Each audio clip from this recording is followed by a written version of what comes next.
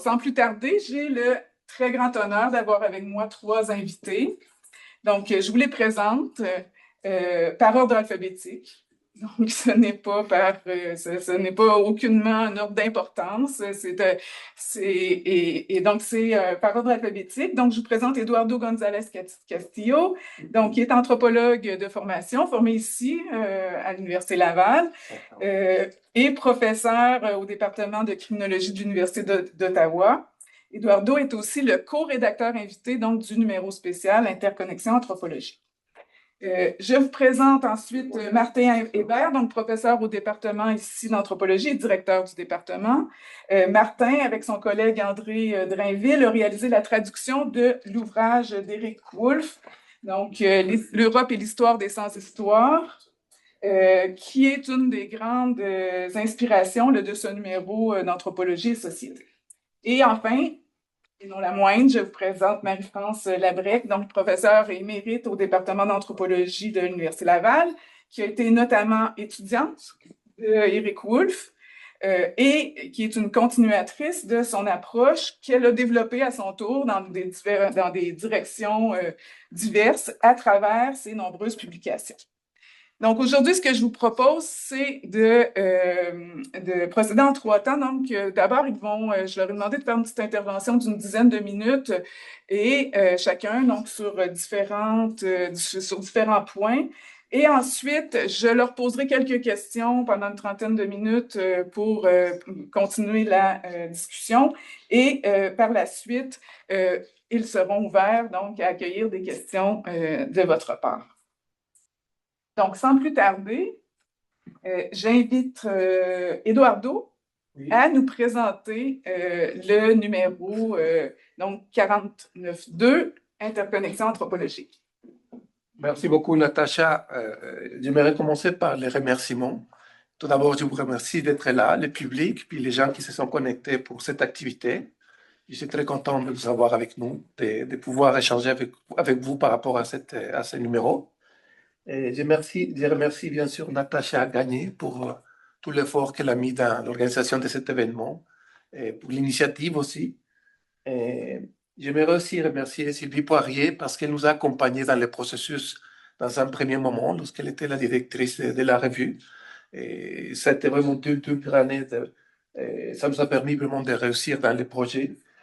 Et, un remerciement aussi très spécial à Sarah Lambert, la rédactrice adjointe, qui a fait une contribution précieuse vraiment pour le numéro, avec son aide, avec la révision des textes, les résumés, l'édition. C'était vraiment, comme on dit en espagnol, invaluable, très précieux. Je remercie aussi José Luis Escalona, qui est connecté, qui s'est embarqué avec moi dans ces projets et on a discuté, on a cherché la façon d'approcher le numéro, le travail de Wolf et les possibles invités. Puis heureusement, je pense qu'on a fait une très belle connexion par rapport à ça. On a réussi vraiment, je pense, à former une équipe très, très intéressante. Alors, merci beaucoup, José Luis. Gracias, José Luis. Et j'aimerais remercier aussi les traducteurs qui ont collaboré dans le numéro. C'est un numéro qui a requis le travail de plusieurs traducteurs. On a beaucoup de textes qui ont été écrits à l'origine en espagnol. Alors, on a eu besoin du soutien des traducteurs qui ont été très professionnels dans leur travail. Alors, un remerciement aussi. Puis à tous les collaborateurs du numéro qui ont partagé avec nous des réflexions très intéressantes sur l'économie politique, sur Wolf, sur différents sujets qu'ils abordent dans l'RCC. Et bien sûr, j'aimerais remercier plus particulièrement Marie-France Labrec et Martin Hébert pour leur contribution au numéro. Je pense qu'ils ont vraiment donné une belle rondeur thématique au numéro. Et je pense que c'est grâce à leur contribution et aux contributions des autres collègues qu'on a un numéro vraiment bien ficelé, très cohérent, dans lequel il y a vraiment un rapport entre les différents textes. C'est vraiment une belle réussite, les documents. Alors, pour parler un peu de motivation, bien sûr, il y a un élément important, c'était la publication en français de l'ouvrage par Martin Hébert et André Dranville. Et lorsque nous avons vu la traduction du texte, nous avons vu que c'est important de revenir sur la proposition de Wolff, sur les idées qu'il développe dans cet ouvrage 40 ans après. Et José Luis et moi, nous partageons un intérêt très particulier envers les idées de Wolff. Puis nous avons cherché vraiment à bien jumeler nos efforts pour produire quelque chose d'intéressant. Et tout ça, en grande partie à partir de la publication en français du numéro. Donc, merci Martin et André pour cette initiative.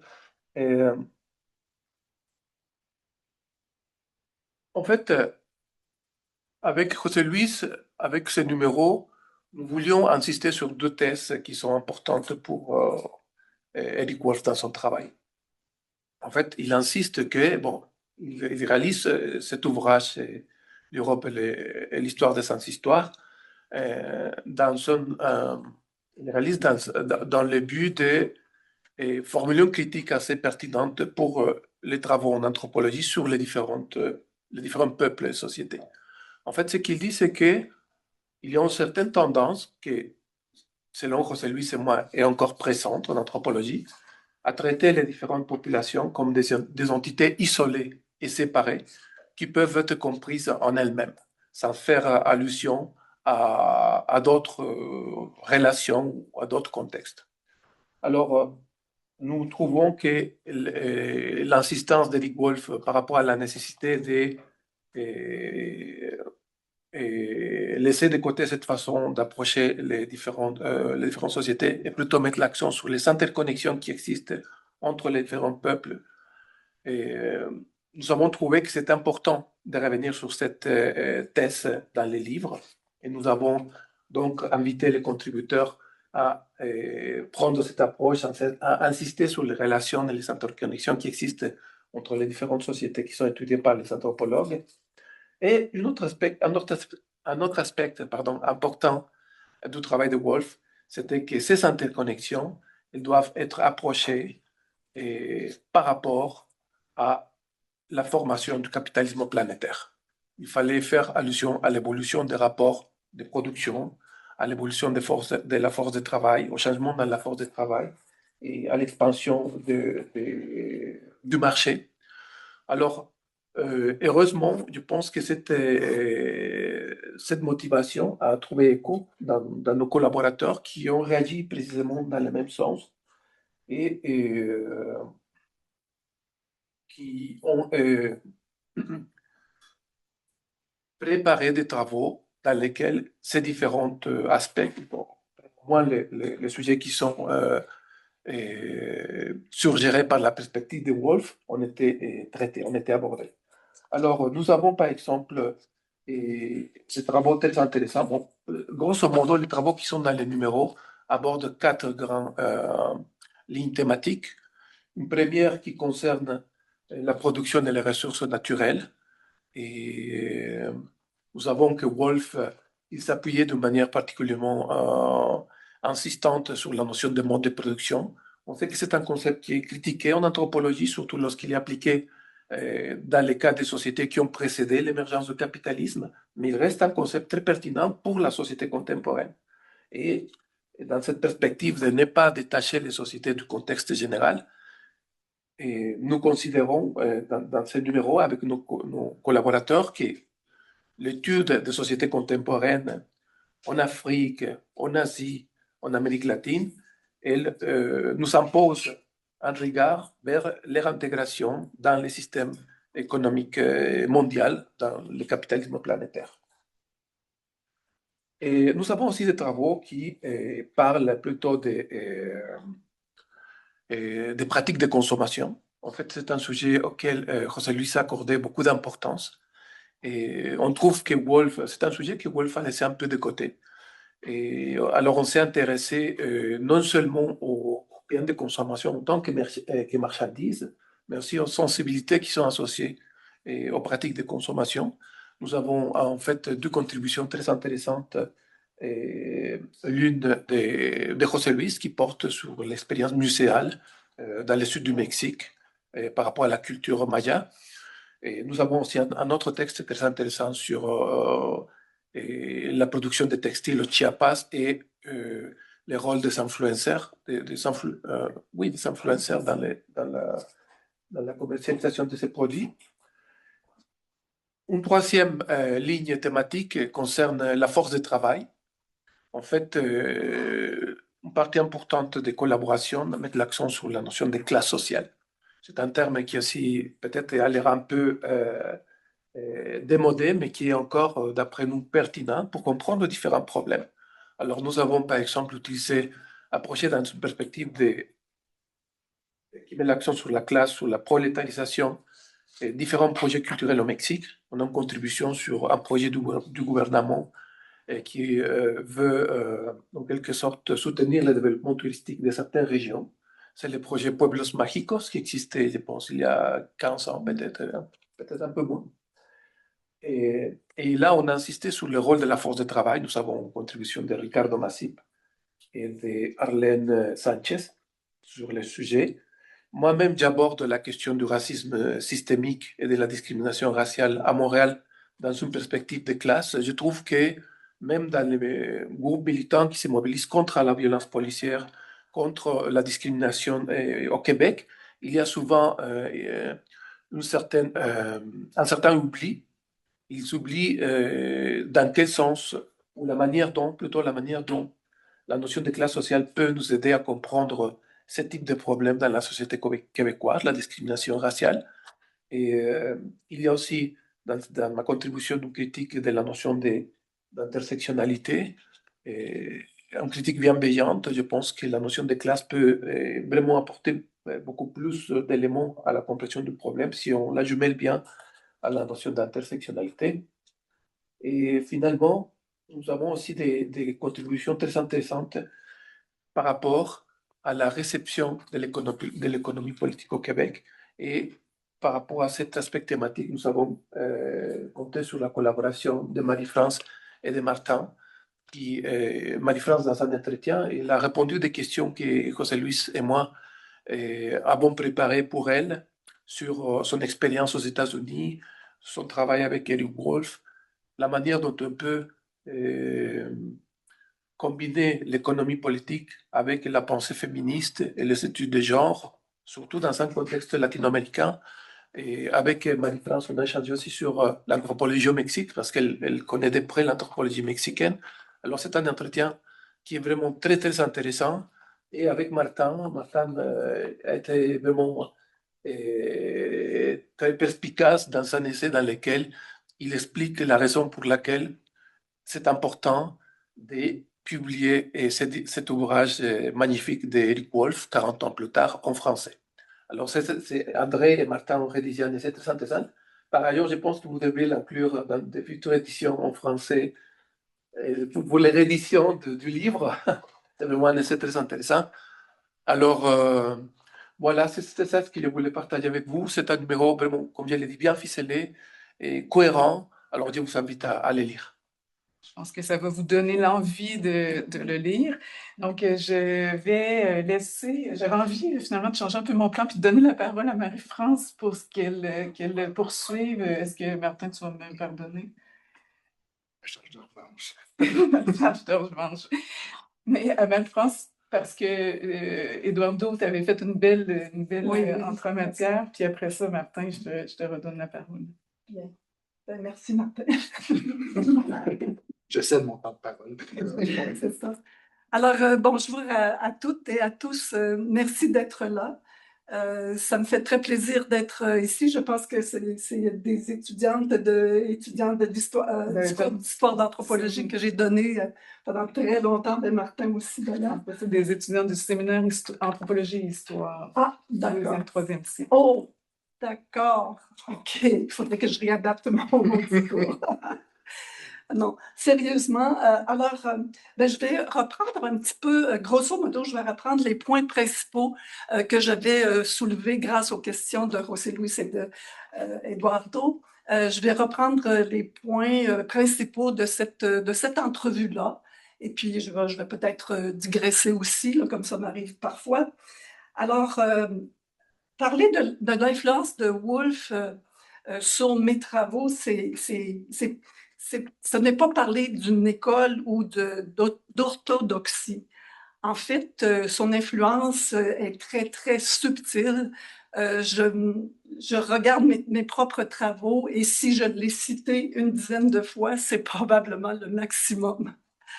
Alors, c'est ça, c'est tout Woolf. Woolf, c'était pas un type qui pontifiait, qui faisait des discours auxquels il fallait adhérer. Au contraire. Donc, ce qu'on apprend de Woolf, c'est plus une manière de faire de l'anthropologie, une manière assez large de faire de l'anthropologie.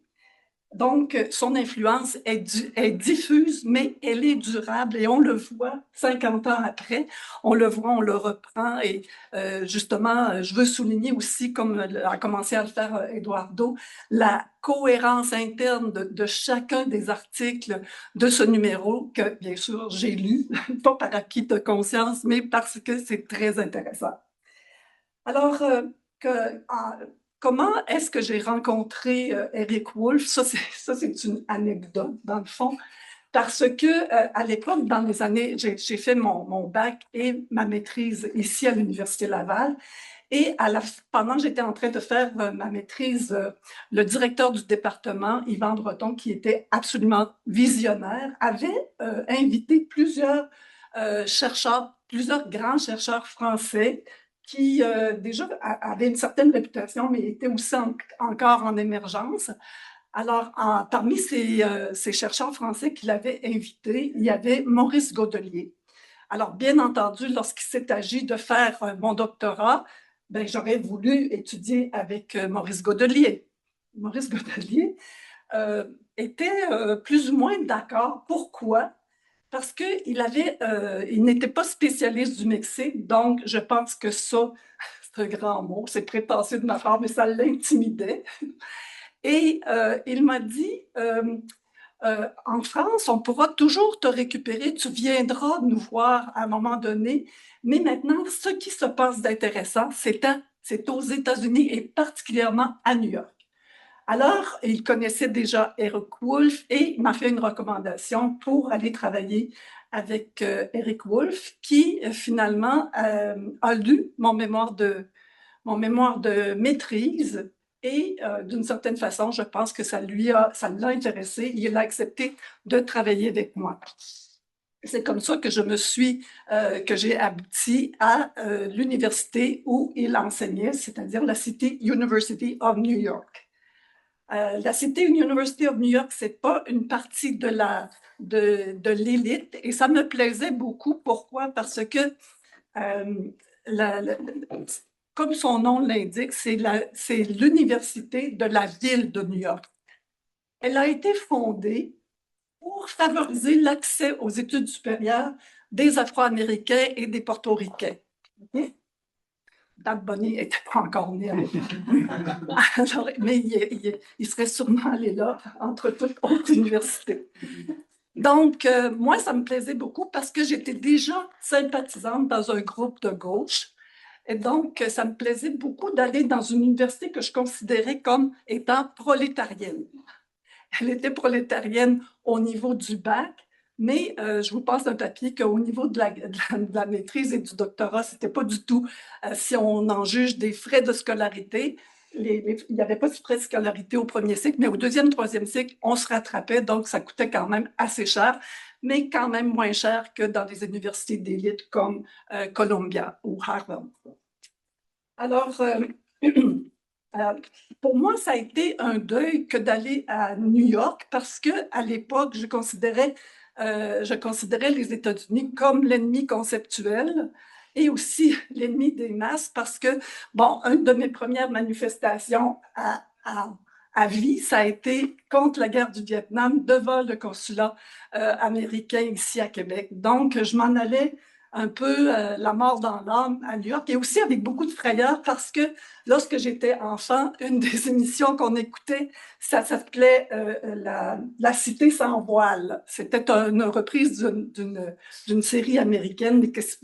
Alors, ça finissait, cette émission-là commençait comme suit. Il y a 8 millions il y a 8 millions de vies à New York. Nous allons vous en raconter une. Et c'était des meurtres absolument crapuleux à chaque fois. Donc, c'est un peu l'histoire de mon départ pour New York. Alors, je me suis ramassée, plus sérieusement, je me suis ramassée dans un programme de doctorat où la figure dominante était Eric Wolf. Donc, je suivais ses cours, entre autres. Et dans ses cours, il était plutôt rigoureux. Il critiquait beaucoup le courant dominant à l'époque aux États-Unis, qui était le culturalisme. Alors, il ne se privait pas d'ironiser sur ses collègues culturalistes. Alors, c'était très, très intéressant. Et c'est un peu, j'ai attrapé un peu cette ironie-là, donc, qui a été souvent critiquée ici au département d'anthropologie. Alors, il travaillait déjà à cette époque-là, et on voyait qu'il utilise ses notes de lecture, ses notes de cours. C'était le squelette, finalement, le squelette assez dodu déjà, du livre qu'on célèbre, qu'on a célébré dans cette version numéro. Alors, Wolf parle d'économie politique. Il n'utilise pas, il ne se définit pas comme marxiste en tant que tel, mais pas parce qu'il voulait dissimuler. C'est sûr qu'aux États-Unis, pendant très longtemps, on a craint, surtout jusqu'au milieu des années 50, on a craint de se définir comme marxiste parce qu'il y avait eu justement une répression à tout ce qui pouvait évoquer le communisme. Donc, bon, Eric Wolf, bon, appartient à cette génération-là qui a dû prendre des précautions.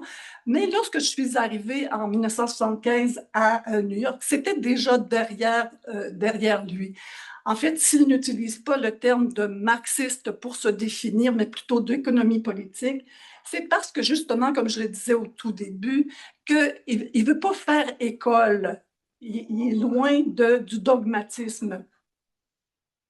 Alors, donc, ce n'est pas une stratégie de dissimulation, mais c'est un refus d'appartenance trop rigide à une école spécifique. Alors, ce que je retiens de son enseignement à l'époque, c'est une critique fondamentale du culturalisme, mais une critique aussi, puis aujourd'hui, on trouve que c'est comme un lieu commun. On dit ben, c'est inutile de critiquer ça, mais à l'époque, on considérait les sociétés autres comme des entités fermées, des tout autocontenus. Donc, il critiquait beaucoup. Il disait ça n'existe pas des sociétés fermées. Alors, il critique aussi une conception culturaliste des rapports sociaux qui évacue la notion de pouvoir et la notion de changement. Alors ça, c'était une critique fondamentale. Aussi, il souligne, dans le cours que j'évoquais tout à l'heure, il souligne l'importance de l'histoire, des rapports de force, des hiérarchies, aujourd'hui ce qu'on appellerait des échelles. Okay? Alors, c'est une posture qui finalement a beaucoup influencé mon propre enseignement, surtout là, en ce qui concerne l'histoire de l'anthropologie. Ça a influencé aussi mes recherches empiriques au Mexique. Justement, j'étudiais les sociétés paysannes et je me suis concentrée sur ce que j'ai appelé la lutte des classes. Alors, Eric Wolf et les différents professeurs qui étaient sur mon comité me trouvaient justement assez dogmatique. Mais ce qu'ils ont trouvé grâce à leurs yeux, c'est la prise en compte de la longue durée, c'est-à-dire de l'histoire. Donc, j'ai essayé de reconstituer les racines de la lutte des classes chez les paysans du nord du Yucatan en remontant jusqu'à l'époque précolombienne, à rien de moins. Alors, c'est un peu, bon, je caricature, mais c'est un peu ce qu'il a trouvé grâce à ses yeux, c'est-à-dire la prise en compte. Autre chose qu'il a trouvé grâce à ses yeux, c'est la pratique de l'ethnographie. C'est-à-dire que j'avais des mois et des mois de terrain derrière moi déjà lorsque je suis arrivée à New York, et j'ai continué par la suite. Et l'ethnographie pour Eric Wolf, c'est pas juste de décrire en détail une société. C'est pas une description, c'est cela, mais ce n'est pas que ça. C'est de la replacer, c'est de replacer les rapports sociaux propres à cette société-là dans les rapports plus larges. Autrement dit, de tenir compte à la fois des dynamiques locales, mais de les replacer dans leur structure globale.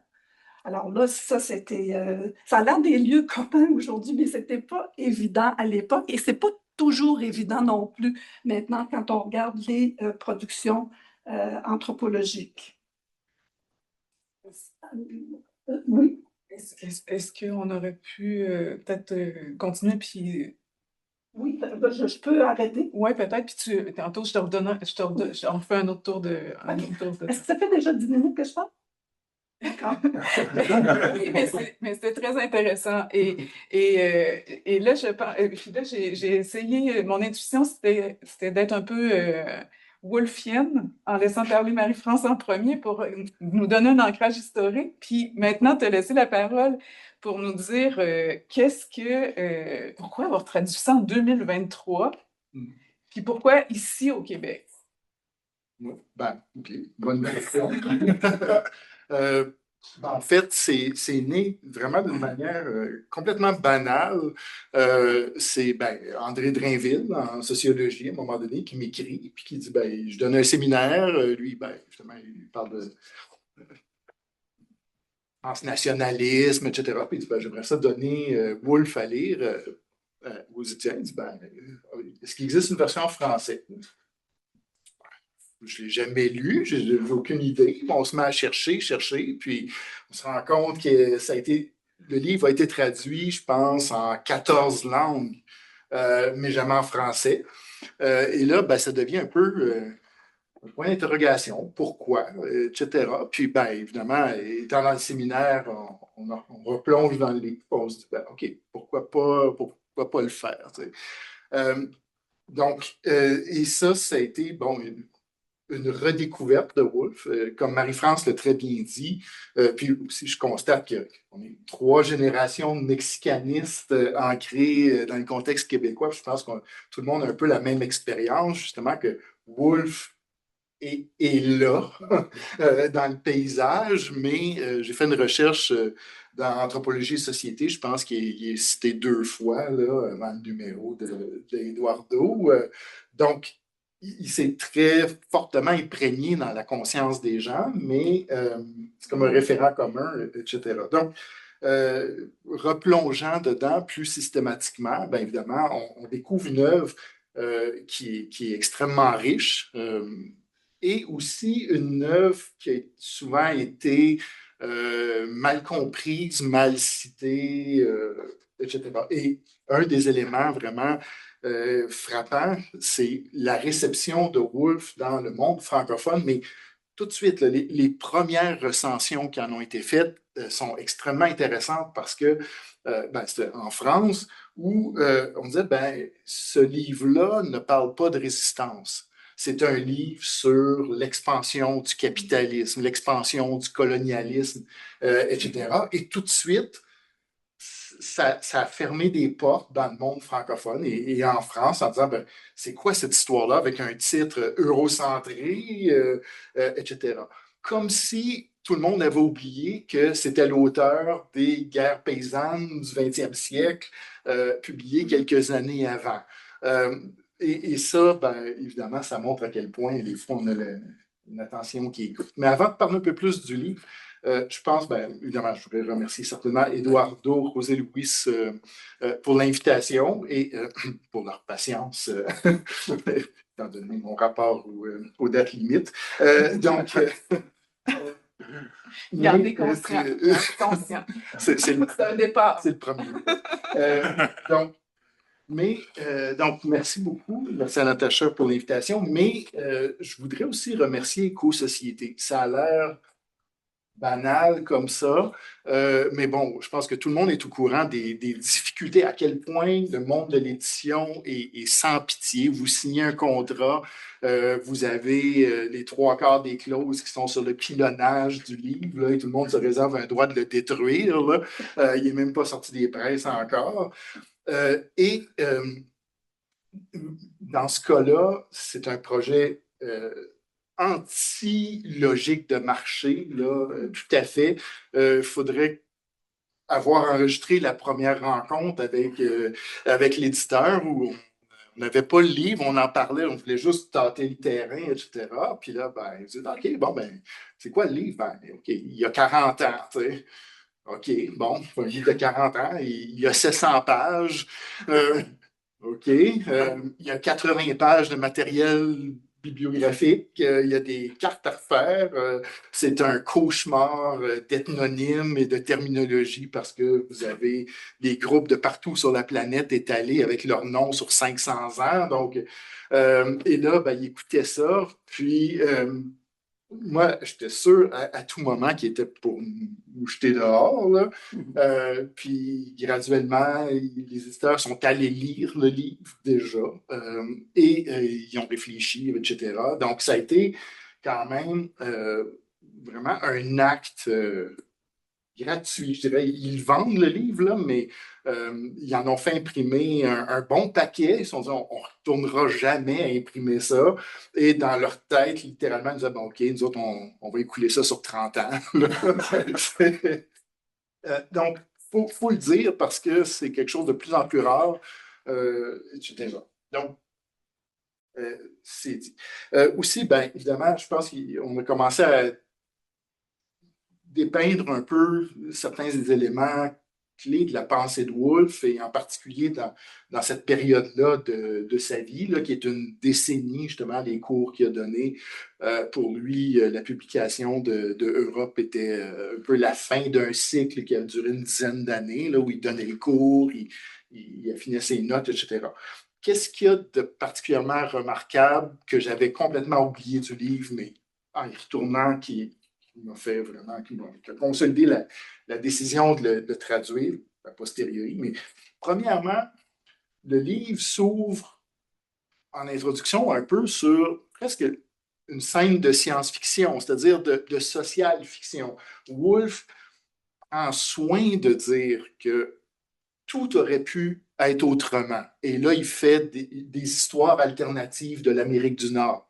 Qu'est-ce qui serait arrivé si les Espagnols avaient eu une implantation plus forte en Amérique du Nord, s'ils étaient partis du sud des États-Unis et avaient essaimé? Qu'est-ce qui serait arrivé si Constantinople n'était pas tombé, etc. Donc, beaucoup de scénarios alternatifs pour essayer justement de briser une croyance qui est encore très, très profondément ancrée dans notre conscience, c'est-à-dire la supposée inévitabilité de l'expansion coloniale de l'Europe. Woolf montre très bien, l'Europe était le tiers-monde du monde antique. À part le bassin de la Méditerranée, c'était une région extrêmement marginale et qui a commencé à prendre l'expansion précisément à cause de cette marginalité par rapport à la géopolitique de l'époque. Aussi, il va critiquer le caractère inévitable de l'expansion capitaliste, c'est-à-dire à chaque jonction dont je vais vous parler, les dés n'étaient jamais lancés, là, je veux dire, ça pouvait... Donc, pour lui, tout ça est extrêmement contingent. Ça dépend d'accidents historiques, ça dépend de l'invention d'une technologie à un moment donné, d'un rapport de pouvoir en Grande-Bretagne, par exemple, qui va déplacer la production d'une manière ou d'une autre, etc. Donc, Woolf relativise tout ça en disant, bon, ben, tout ça est objet à questionnement et problématique. Deuxième élément, encore là, archi évident, mais que Woolf communique d'une manière incroyable, tout est local. tout est local, tout le temps, partout.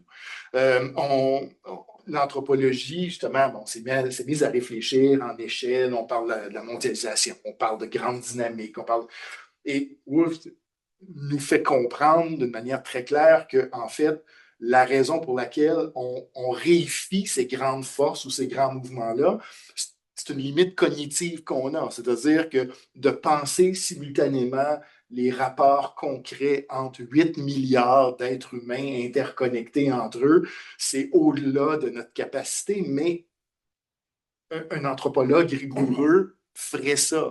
Un ethnographe parfait appréhenderait la totalité du monde sous cet angle local partout. La Banque mondiale, c'est local. La bourse, c'est des gens qui prennent des décisions. Partout où vous allez, vous voyez des humains qui sont interconnectés. Aussi, bien évidemment, ça rejoint quelque chose que Marie-France et Eduardo ont mentionné, c'est-à-dire si tout est interconnexion entre des humains, ben ça rend caduque l'idée d'un groupe homogène fermé. Donc, évidemment, sa première critique était la critique du culturalisme, donc qui voyait comme une réification des groupes humains, mais même à l'intérieur de l'économie politique, Woolf, à mon avis, était un radical de l'interconnexion parce qu'il critiquait aussi l'idée d'articulation qui est quand même présente dans beaucoup de pans de l'économie politique où des groupes s'articulent les uns aux autres. Et Woolf va dire, qu'est-ce qui s'articule? C'est quoi A et c'est quoi B? Donc, vous êtes encore en train de réifier, même si vous essayez de parler en termes d'interconnexion. Donc, lui, moi, l'expression que j'ai retenue de ce livre-là, qui est restée avec moi toujours, c'est « Nous sommes des relations de relations ». Plus vous avez, même dans votre subjectivité personnelle, votre subjectivité, elle est la mise en relation de toutes sortes d'éléments contradictoires. Voilà. Merci. Peut-être je vous relancerai. Marie-France, puis dans les suites de ce que Martin a dit, mais tantôt tu nous parlais de comment il y a une contribution qui nous amène vers l'empirie, finalement, et moi, je me demandais comment, comme femme, puis comme féministe, quel outil conceptuel, puis comment empiriquement ça a pu te servir, finalement, cette inscription-là dans la tradition qui l'a déblayé. Ben, en fait, ce sur quoi j'allais continuer, en fait, oui, j'apprécie la question, puis je tiens compte de ce que Martin a dit, tout à fait. C'est que, bon, comme le dit élégamment Winnie Lem, les rapports, la conception analytique des rapports de genre, c'est pas dans Woolf qu'on retrouve ça. En fait, c'est écrit plutôt, son livre est écrit plutôt au masculin, de même que ma thèse de doctorat. Alors, c'est plutôt chez d'autres professeurs contemporains de Woolf que j'ai trouvé à me nourrir sur ce plan-là. Mais ce que je retiens, par contre, de Woolf, évidemment, c'est la prise en compte, justement, des rapports de pouvoir. Alors, ça m'a beaucoup servi dans mes travaux, les travaux que j'ai pu faire par la suite dans le cadre de l'anthropologie féministe.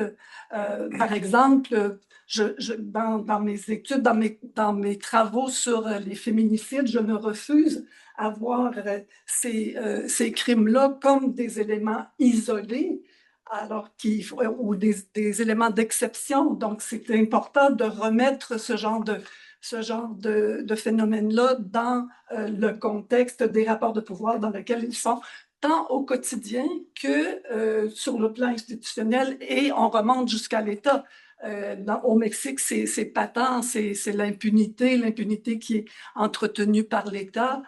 Ici, au Canada, dans le cas des femmes autochtones disparues, assassinées, on doit remettre ça dans le contexte du colonialisme interne.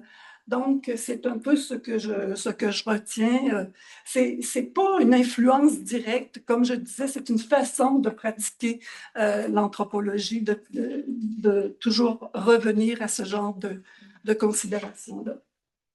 Eduardo, dans ta contribution, dans ton article, dans le numéro, tu t'intéresses au concept de classe sociale.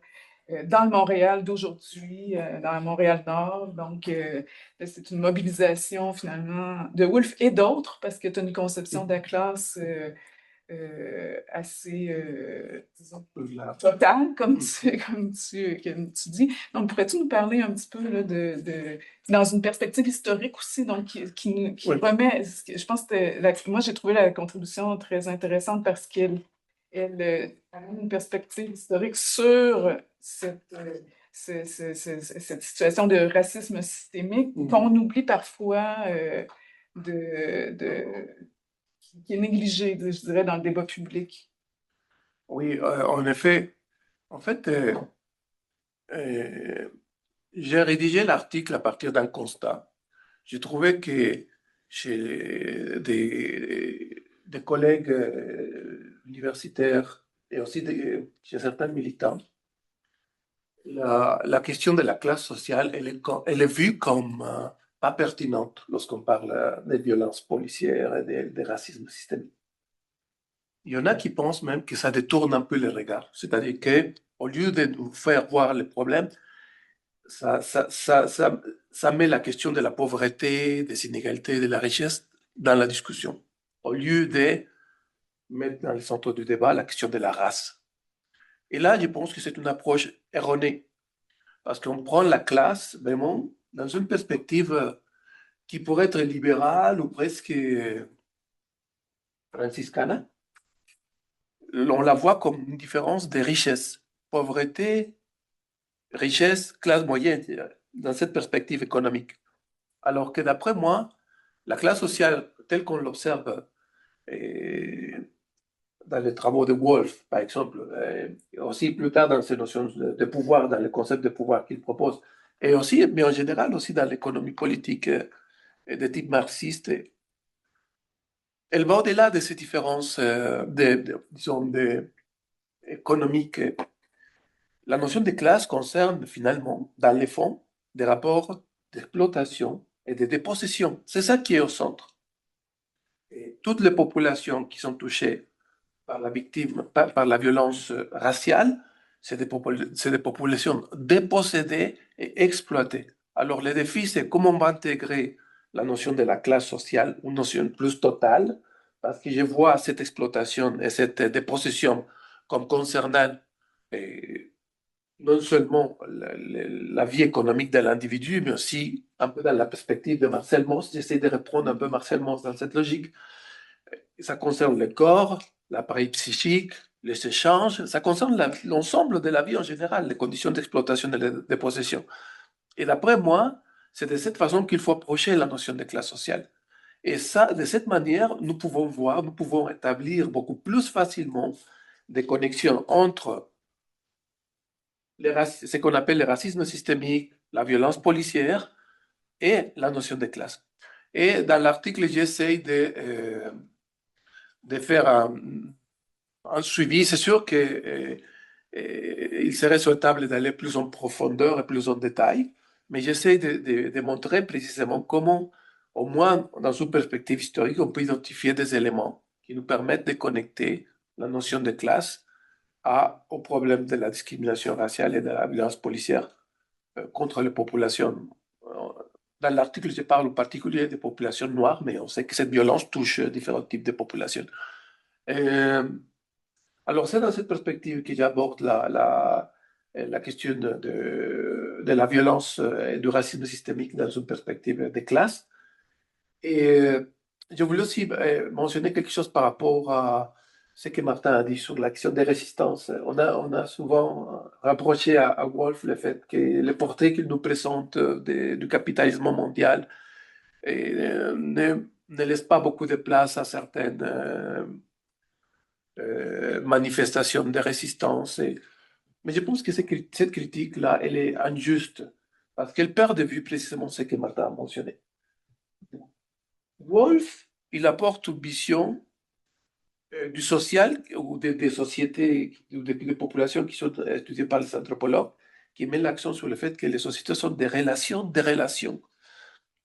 Alors, ils n'ont pas résistance, ils ne trouvent pas le mot résistance souvent dans les textes parce que son approche du pouvoir, je pense qu'elle s'écarte un peu de ce discours libéral qui veut le pouvoir, qui voit le pouvoir nécessairement comme un rapport direct de domination et qui veut voir de la résistance, comme chez Scott. Il veut voir de la résistance explicite ou implicite, évidente ou cachée.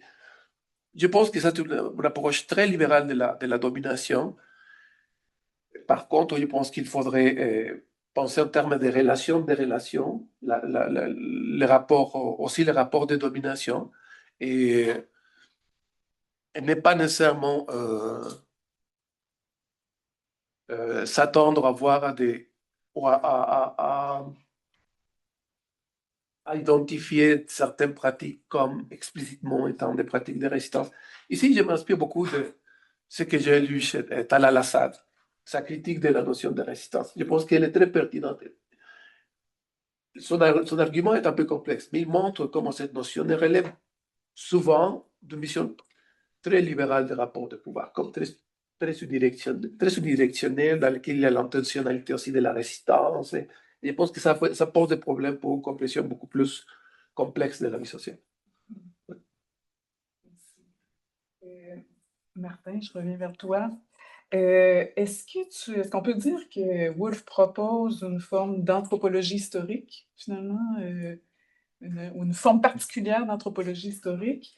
Et puis, comment, comment toi, tu peux faire des liens avec tes propres travaux, parce que là, tu nous as pas parlé de tes propres recherches, puis comment, j'imagine qu'il y a quand même, il définit quand même une approche avec laquelle tu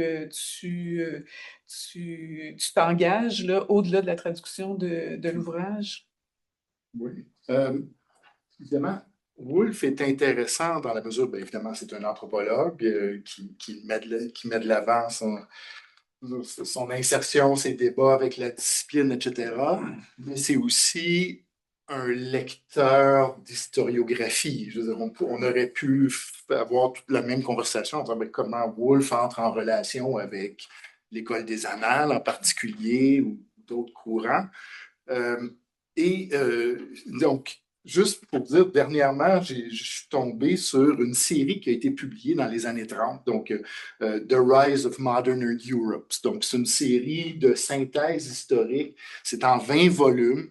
Vous feuilletez ça et formellement, vous avez Europe et les gens sans histoire. Donc, formellement, c'est la même présentation, le même genre de carte, le même genre d'essai bibliographique narratif à la fin.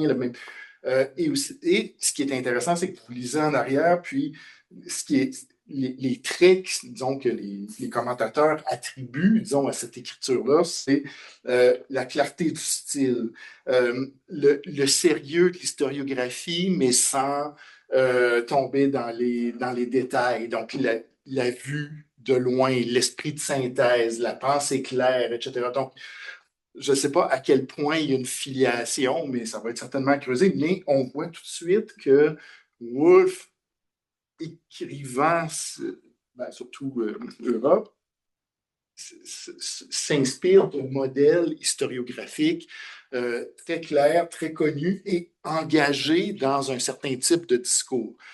Par exemple, encore là, la série dont je vous parle, comme Europe, rejette l'histoire nationale, donc le découpage de l'histoire, rejette l'histoire à travers les guerres, l'histoire militaire, rejette l'histoire des grands personnages, etc. Ce que Woolf fait, évidemment, c'est prendre cette approche-là et l'appliquer à l'ensemble de la planète.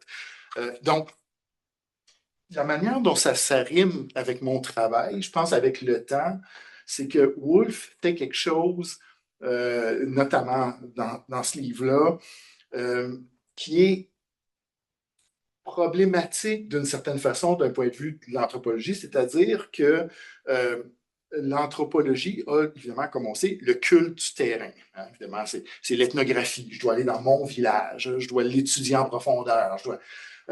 Et déjà, dans les années 60, vous avez des gens qui vont commencer à écrire, dire, c'est bien beau, toutes ces monographies-là de plein de villages partout, Puis on a certainement eu cette discussion-là à propos du Mexique à un certain moment donné, de dire, ben, ça fait plein d'histoires de village, mais comment tout ça connecté? Peter Worsley, entre autres, va dire, ben, en fait, tout ce qu'on a, c'est une juxtaposition de monographies dans le rayon GM à la bibliothèque, là, donc collées une aux autres et on n'a aucune idée comment elles sont connectées. Woolf va s'investir dans quelque chose qui est ingrat en anthropologie, c'est-à-dire faire une synthèse de matériaux ethnographiques. Et là, évidemment, si vous le prenez et dans le parcours de la planète qu'il fait, vous pouvez certainement voir les terrains où il est moins familier et les terrains où il est plus familier. La discussion du Mexique, elle est riche, nuancée. On apprend des choses dont personne n'a parlé après, par exemple, les réseaux de contrebande sur la côte pacifique à l'époque coloniale, vers les Philippines, donc vraiment des sujets extrêmement pointus. Pour le commerce des fourrures en Amérique du Nord, ben, il prend Bruce Trigger puis dire, ben, OK, je vais faire une synthèse de ça. Puis, mais il le tente. Et ça, je pense qu'à un moment donné, tout le monde qui fait de l'ethnographie est confronté à cette question-là, c'est-à-dire, ben, comment je fais pour connecter mon travail ethnographique à autre chose, dans l'histoire, dans la profondeur historique et d'une manière comparative à travers un jeu d'échelle en même temps. un jeu d'échelle temporel et géographique, certainement. Et là-dessus, je pense qu'il nous donne donc un effort honnête qui peut certainement servir de modèle. C'est peut-être justement à partir de... Quand les gens n'ont lu que Europe, c'est déjà ça, là. Mais ils peuvent penser qu'il met l'ethnographie de côté, c'est-à-dire qu'il n'est pas un ethnologue au pur sens du terme. Et c'est absolument faux parce que je suis retournée à... Bon, il a fait beaucoup de terrain au Mexique et je suis tombée sur un article d'ailleurs dont j'oublie l'auteur, mais qui l'a accompagné sur le terrain et qui, après, a témoigné de son aisance à rentrer en contact avec les populations, etc. Puis, il ne faut pas oublier aussi un de ses terrains majeurs, ça a été à Porto Rico, justement, qui est dans l'actualité de ce temps-ci. Alors, sous la direction de Julian Stewart, puis ça a été un creuset pour aller plus loin. Je pense que Julian Stewart avait distribué ses étudiants à peu près un peu comme je le faisais dans différents villages. Mais les différents auteurs, dont Sidney Mintz, Stanley Diamond, ils n'en sont pas restés là. Ils ont fait leur entraînement. Ça a été une école pour eux parce que, évidemment, Porto Rico était particulièrement privilégié pour voir que les conditions dans lesquelles les gens vivaient, ça ne s'arrêtait pas là, c'était pas quelque chose, un sui generis, c'est qu'ils ont découvert que c'était lié au monde entier, lié à toutes sortes de dynamiques. Alors, je pense il faut aller plus loin. Europe, c'est vraiment extraordinaire, mais il faut aussi, pour quelqu'un qui veut refaire l'histoire de l'anthropologie, il faut aller un petit peu plus loin pour voir qui il est vraiment, où est-ce qu'il a fait ses classes finalement. Mais je dirais que même Europe, c'est quand même, moi quand je le lis, c'est une invitation à tout le moins à faire de l'ethnographie, puis à aller sur le terrain, puis à essayer de comprendre ça concrètement, comment ça s'incarne là, dans des rapports sociaux, puis dans des... Oui, et il se sert conceptuellement toujours de l'ethnographie pour briser les grandes catégories, particulièrement le capitalisme et le colonialisme. D'une certaine façon, si on le prend au mot, le terme de capitalisme n'a presque pas de sens dans la mesure où c'est un type de rapport très particulier, mais ethnographiquement, les imbrications ont été différentes à chaque fois parce que, justement, le capitalisme entre en relation avec des sociétés qui sont différentes, des sociétés qui sont structurées. Et la même chose avec le colonialisme, on en fait une catégorie globale. Quand vous entrez, ben ça s'est déroulé très différemment partout. Je veux dire, même si on prend juste le Mexique, je veux dire, une région, ben, tu sais, selon où vous êtes, c'est à différentes époques, c'est de différentes manières, c'est plus militarisé, c'est de l'évangélisation. J'aurais envie d'ouvrir la discussion à la salle. Est-ce que vous avez des questions ici?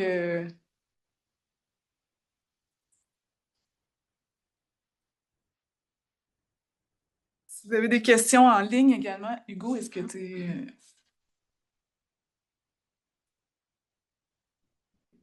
J'ai pas, Samuel? Samuel. merci. Merci de votre présentation. Merci, Natacha, d'avoir organisé l'événement. Je me demandais, Eduardo, d'ailleurs, bonjour. C'est Oui, on s'est pas vu. Je me demandais, en lien avec la question de la classe sociale, puis la distinction que tu fais entre le rapport d'exploitation de dépossession versus une approche plus par revenu. Il y avait un philosophe, Ian Hacking, qui avait écrit un petit texte sur le seuil le seuil de pauvreté. Comment que ça s'était mis en place le seuil de pauvreté, puis l'effet un peu que ça l'avait eu de considérer, tu sais, c'est comme si ça avait coupé l'herbe sous le pied à une approche marxiste, à une approche qui mettrait en phase le prolétariat, hein, et pour ramener ça à juste un seuil qui se rapporterait à un niveau de revenu, puis selon le niveau de revenu, ben, tu te situes, hein, on établit une autre forme de classification pour finalement ramener ça à une espèce de calcul comptable qui nous ramènerait et qui fait comme effet d'avoir une différenciation des gens, rapportée à la différence des gens par rapport à un critère qui est, somme toute, assez aléatoire du revenu pour...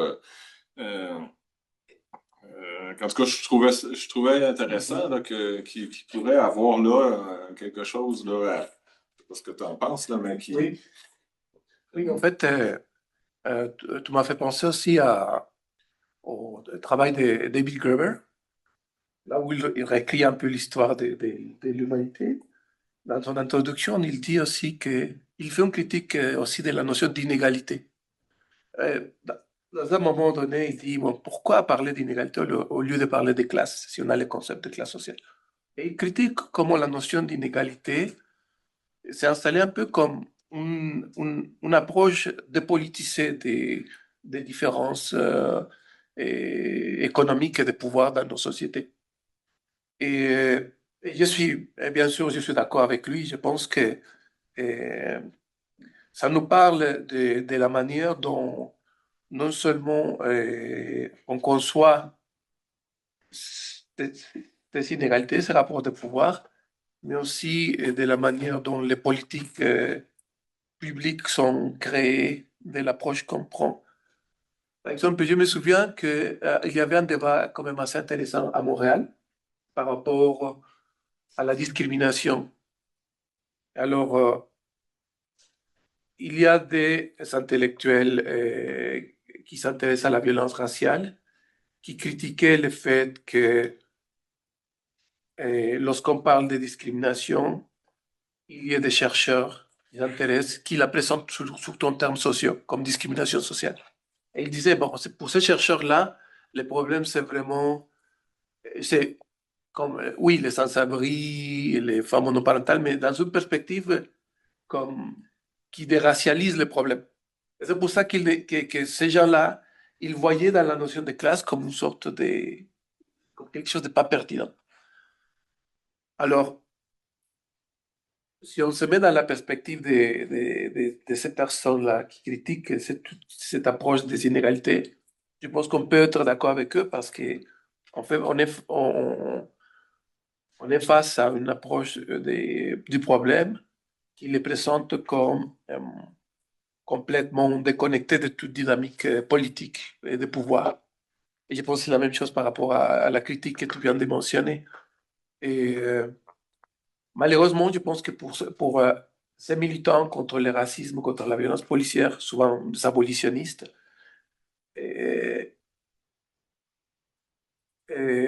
comme on dit, il y a un dicton, il lance la baignoire avec l'enfant. Il jette le bébé avec Exactement, parce que en même temps, ça ne veut pas dire que la notion de classe sociale n'est pas pertinente. Tu dois la garder parce qu'elle te permet d'expliquer d'autres choses. Je ne prétends pas que ça explique tout, mais je pense que ça nous permet vraiment de comprendre plus en profondeur les problèmes.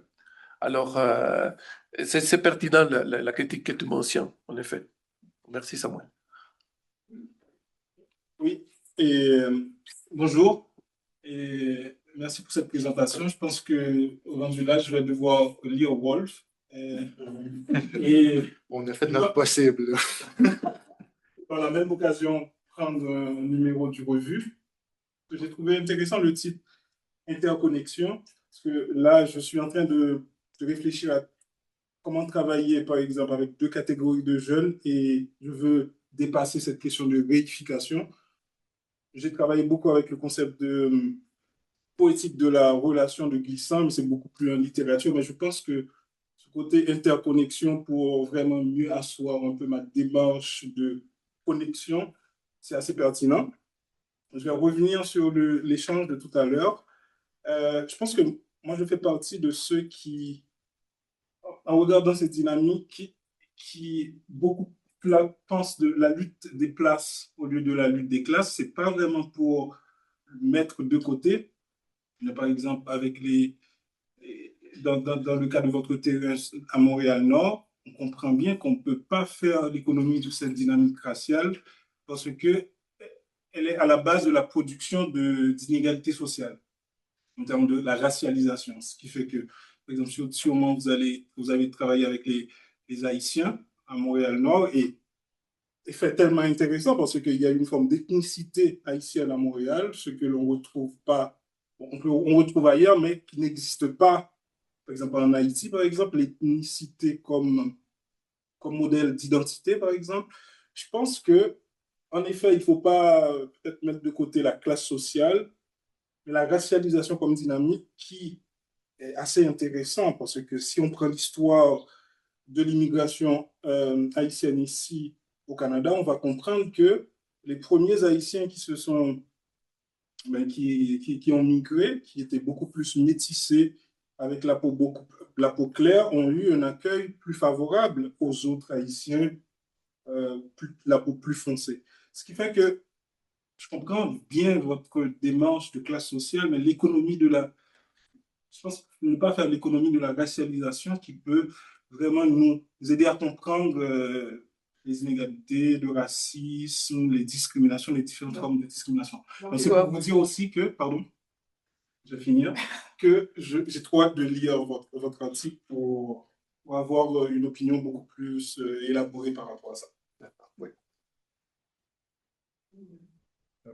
Oui, je pense que ça nous ramène à sa critique du concept de réification. C'est-à-dire, je pense que le concept de classe sociale peut être lu de deux façons. C'est-à-dire que Wolf a une définition très technique et précise de ce qu'est le capitalisme pour lui. Et évidemment, bon, les rapports que les gens ont à ce système-là les situent dans une classe, mais la classe peut être réifiée aussi. Le prolétariat peut devenir une entité abstraite, juste réifiée comme ça. Et ça, il critique quand il arrive à parler de la révolution industrielle en disant, par exemple, bon, ben là, entre la racialisation et la réification de classe, ben, on se ramasse dans des dynamiques semblables. Et c'est là que le Wolf, militant contre la guerre du Vietnam, ressort. Là, à un moment donné, il dit, peu importe la réification qu'on fait, c'est pas une préoccupation épistémologique abstraite pour lui. Il dit, quand on fait une réification, il dit, on peut mettre un X dessus. Et quand on met un X sur quelque chose, on peut envoyer une bombe sur le X. Donc, pour lui, c'est une manière, cette réification-là forment des groupes qui peuvent être persécutés en tant que groupe, où on peut développer des stratégies de répression, justement, en conséquence. Là. Et peut-être, Eduardo, vous aviez quelque chose à dire parce que vous complétez quand même Woolf avec l'apport de l'anthropologue ougandais Mahmoud Mamdani, Mamdani. donc, qui est assez intéressante sur Oui, la question de la exactement. racisation. Oui, en fait, je pense qu'avec Mamdani, avec Mahmoud Mamdani, on peut compléter, ou on peut aborder la dimension politique de la classe sociale et sans perdre de vue la question de l'inscription, si on veut, l'identité raciale et les identités ethniques. En fait, moi, j'aurais pas assez de temps pour développer l'idée, même dans le texte, je l'ai juste formulé de manière générale. Mais moi, je pense qu'il faut voir la classe. Ça, je ne le dis pas dans l'article, mais c'est juste pour répondre aux commentaires que je trouve très intéressant. Je pense qu'il faut voir la classe sociale un peu comme Marx voyait le capital. Marx disait le capital, c'est une abstraction concrète. Il existe objectivement, mais il n'y a pas vraiment de matière. On lui sait des dynamiques sociales, le capital. La classe, c'est la même chose pour moi. Alors pour moi, ces différences raciales, ils sont en train de se jouer dans des dynamiques de classe. C'est-à-dire, c'est pour ça que, pour cette raison que je ne pense pas qu'il faut réduire la classe aux inégalités des revenus. Comme je l'ai dit, tout ce qu'on peut dire, c'est que dans le centre de la question de la classe sociale, où je pense que c'est utile de le voir comme ça, dans le centre de la dynamique de classe, se trouve l'exploitation de la dépossession. Et ça nous permet d'élargir l'approche pour inclure des questions de genre, des questions de dynamique d'oppression raciale. Puis jusqu'à la fin, on va abroger le problème et on va dire que ça concerne les rapports de classe. Je sais qu'il ne répond pas très clairement, mais on pourrait revenir après. Ben moi, j'ai lu votre article, c'était vraiment intéressant. J'ai vraiment trouvé ça bon. Là, le parallèle entre Woolf et Mamdani, comment ça complétait un peu l'approche. Mais c'est ça, j'étais curieuse au niveau de votre critique de l'intersectionnalité. Je me demandais s'il y avait comme parce que vous critiquez comme la version qui est plus libérale. Mais c'est ça, j'avais l'impression quand même que la partie plus analytique de votre article faisait un peu comme une élaboration intersectionnelle aussi. Fait que je me demandais s'il y avait une version de l'intersectionnalité qui s'arrimait plus avec votre... Oui. En fait, ce qui arrive, c'est que dans les textes, c'est une idée que j'explore, que je ne développe pas vraiment complet. C'est-à-dire, c'est une idée que je veux développer dans un texte que je suis en train d'écrire sur Montréal-Nord, plus en profondeur. Et c'est peut-être pour cette raison qu'une fois que je présente l'analyse historique, ça rappelle certains débats autour de l'intersectionnalité, n'est-ce pas? Alors c'est vrai que je ne prétends pas laisser de côté complètement les discussions qui ont lieu dans le contexte des débats sur la question intersectionnelle. Et ce que je veux dire, c'est que telle que l'intersectionnalité est proposée par certains auteurs, plusieurs, elle est vue sans une dimension historique, elle est vue tout simplement comme je l'ai dit, comme une sorte de géométrie figée dans le temps. Puis, en plus, je pense que il manque aussi une définition claire de la classe sociale.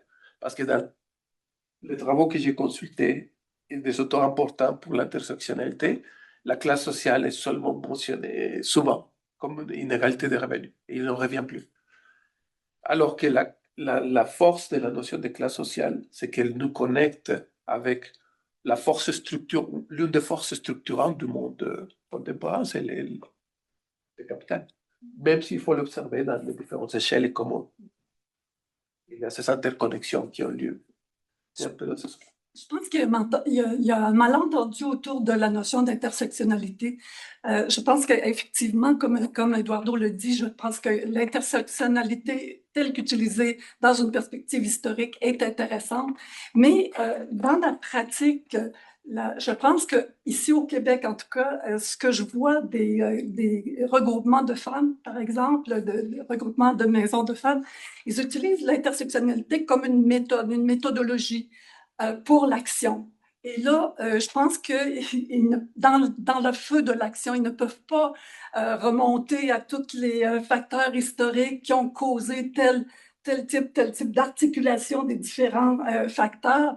Alors, je pense qu'il y a comme au moins deux approches possibles de l'intersectionnalité. Alors, c'est un peu ça la confusion, je pense, qui vient. C'est ça, mais il y a comme des versions plus populaires, des versions plus politisées aussi, qui vont vraiment plus comme checker les enracinements des différents.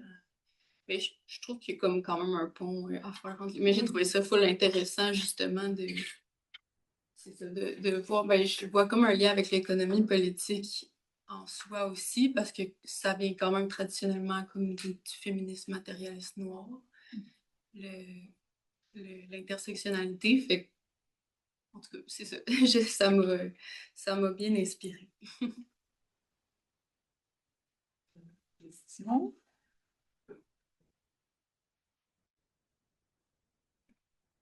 L'écran. Oui. Ouvrez votre micro. Oui, Daryl? Bonjour à tous. Et déjà, j'ai pas suivi toute la présentation, mais je me suis donné la peine de lire déjà les travaux qui ont été présentés. Et j'avais deux questions. Une pour Wolf et l'autre question pour Gonzalez. Ma première question, c'est par rapport au racisme systémique.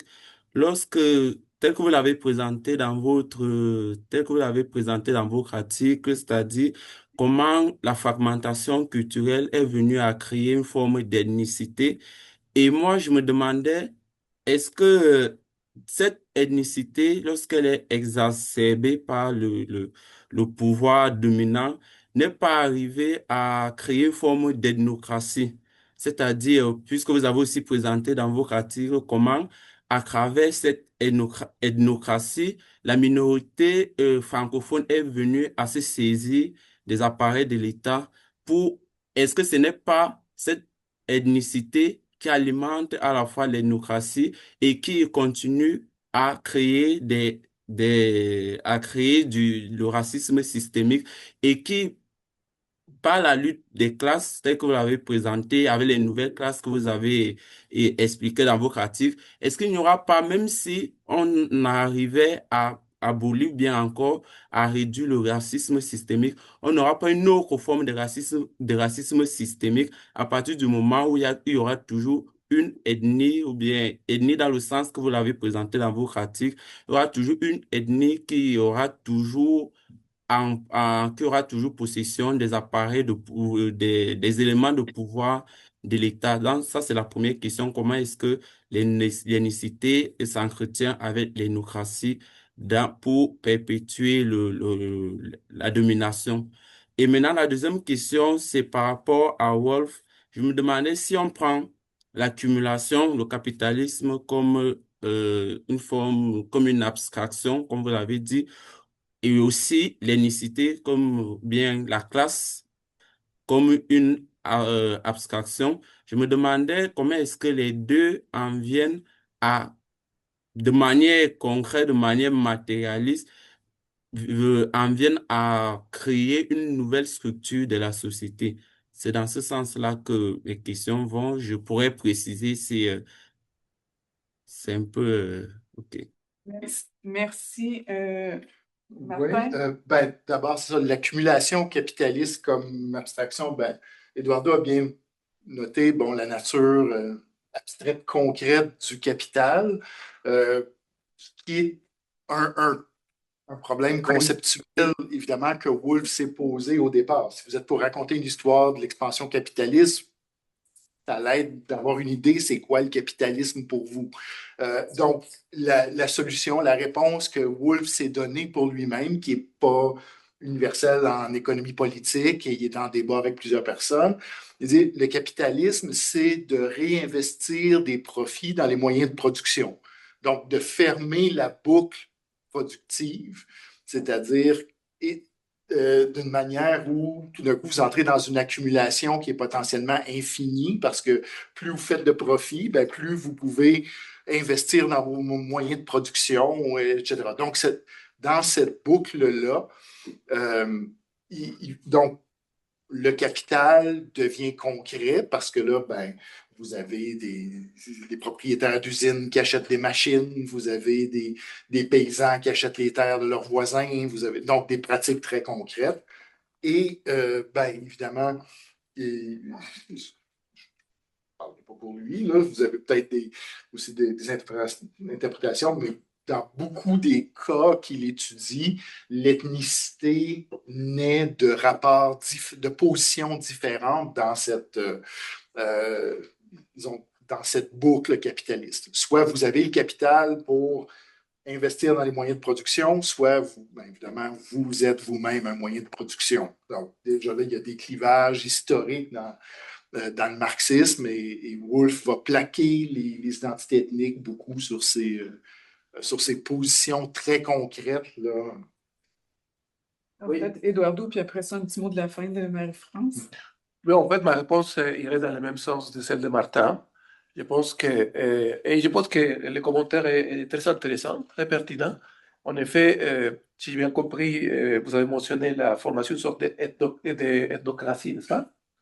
Oui, comment Et- l'ethnicité crée une ethnocratie pour maintenir les rapports de domination? En effet, c'est l'une des conséquences. Ben, je ne sais pas si je dirais ethnocratie, mais en effet, il y a ce type de dynamiques qui peuvent apparaître dans lesquelles le rapport à l'État devient une source de privilèges pour certains groupes. Je pense que c'est ça ce que Mamdani a documenté dans le cas de l'Afrique, dans les différents contextes qu'il a étudiés, comment finalement l'ethnicité s'insère dans ces stratégies de diviser pour gouverner. Et ça veut dire alors qu'entre les groupes qui sont divisés, il y a il y a des droits différents, des privilèges qui s'installent et qui font en sorte qu'il y a des conflits entre eux. Alors, en général, je pense que je suis d'accord avec votre commentaire. Oui, ça irait un peu dans ce sens-là. Ok, merci beaucoup. Ben, je dirais que c'est intéressant que l'on termine sur une notion telle que l'accumulation primitive. Mettons que ça a fait des petits aussi. Notons que David Harvey, qui a cité University of New York, a continué sur l'envolée de Woolf en parlant d'accumulation par dépossession. Alors, je trouve ça intéressant, ce retour à des concepts fondamentaux qui sont hyper importants plus que jamais aujourd'hui, alors qu'on pense que ces processus-là sont derrière nous, ils sont devant nous. Ah. Donc, c'est une invitation à suivre. Et ben, moi, je vous remercie beaucoup pour votre présence. Merci à ceux qui ont assisté en ligne. Une salutation spéciale à José Luis, qui est le co-rédacteur invité. Donc, merci et ben, on se dit à bientôt pour la suite des événements qui nous permettront de célébrer ce 50e anniversaire de la revue. Merci.